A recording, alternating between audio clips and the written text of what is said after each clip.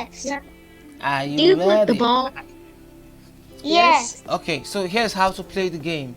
You click on the green flag to start the game, and you click on the ball to bounce it.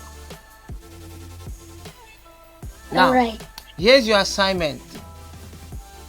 You're going to add sound to the game. So in our next class, you're going to be making your game. So are we gonna do it today? So now we're going to add a button that will take the user to the next part of the screen. This can help you with math. It can add, subtract, multiply, and divide. If you want to add numbers like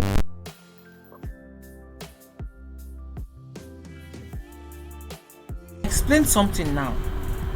That when you have 2 times 2, it means stop whatever you're doing and look up.